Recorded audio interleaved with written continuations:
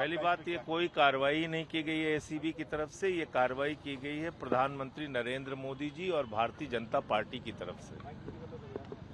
जो निर्देश वहां से मिलता है वही कार्रवाई ये लोग करते हैं। इनके अपने हाथ में क्या है? ये टेंडर हुआ अक्टूबर 2022 में। उस समय सत्येंद्र जैन जी जेल में थे। 30 मई 2022 को उनकी अरेस्ट हो चुकी थी। इस पूरे मामले से उनका कोई लेना देना नहीं। 2 साल पहले के मामले में अब आप चूंकि पंजाब का चुनाव आ रहा है, उठा के आप जेल में डाल रहे हो।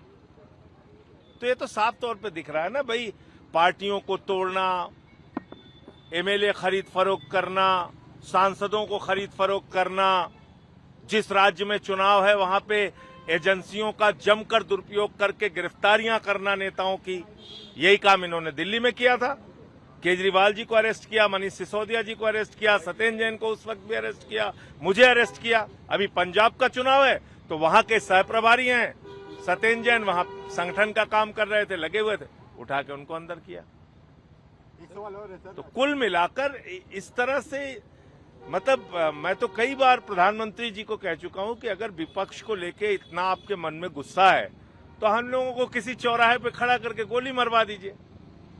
रोज रोज के ये ड्रामे नौटंकी करने से क्या फायदा है? अगर इतना आपके मन में आक्रोश और गुस्सा विपक्ष के लोगों को आप देखना ही पसंद नहीं करते, आप चाहते हैं पूरे देश में आपकी ही तानाशाही चले, तो जो मर्जी आप कीजिए।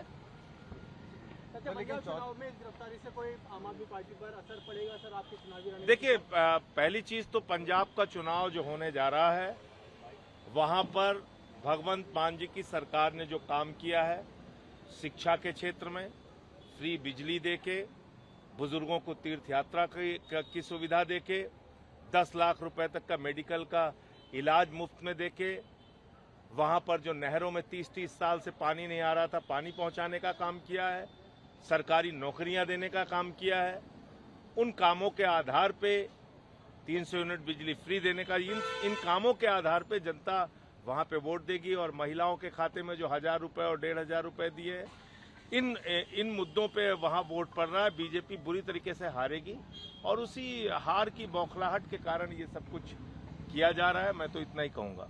लेकिन सत्येंद्र जैन जी को 14 दिन की देखिए, ऐसा है कि जो न्यायिक प्रक्रिया है उसकी न समझ आपको ज्यादा है न मुझे ज्यादा है। तो इसलिए न्याय की जो प्रक्रिया है उसमें हमारे वकील साहिबान वो वहां पे केस को रखेंगे, केस के ऊपर बहस करेंगे। न्यायिक प्रक्रिया अपने तरीके से चलने दीजिए। आप कहना चाह रहे हैं कि 1.5 करोड़ का फंड एक पर्टिकुलर कंपनी के या कुछ फंड्स में ट्रांसफर? मैं सिर्फ ये कहना चाह रहा हूं कि पंजाब के चुनाव को देखते हुए एक फर्जी, बेबुनियाद, झूठा, पुराना 2 साल पुराना मामला उठा के सत्येंद्र जैन को गिरफ्तार किया गया, जिससे उनका कोई लेना देना नहीं। स्वाति मालीवाल ने ट्वीट किया था उसके पश्चात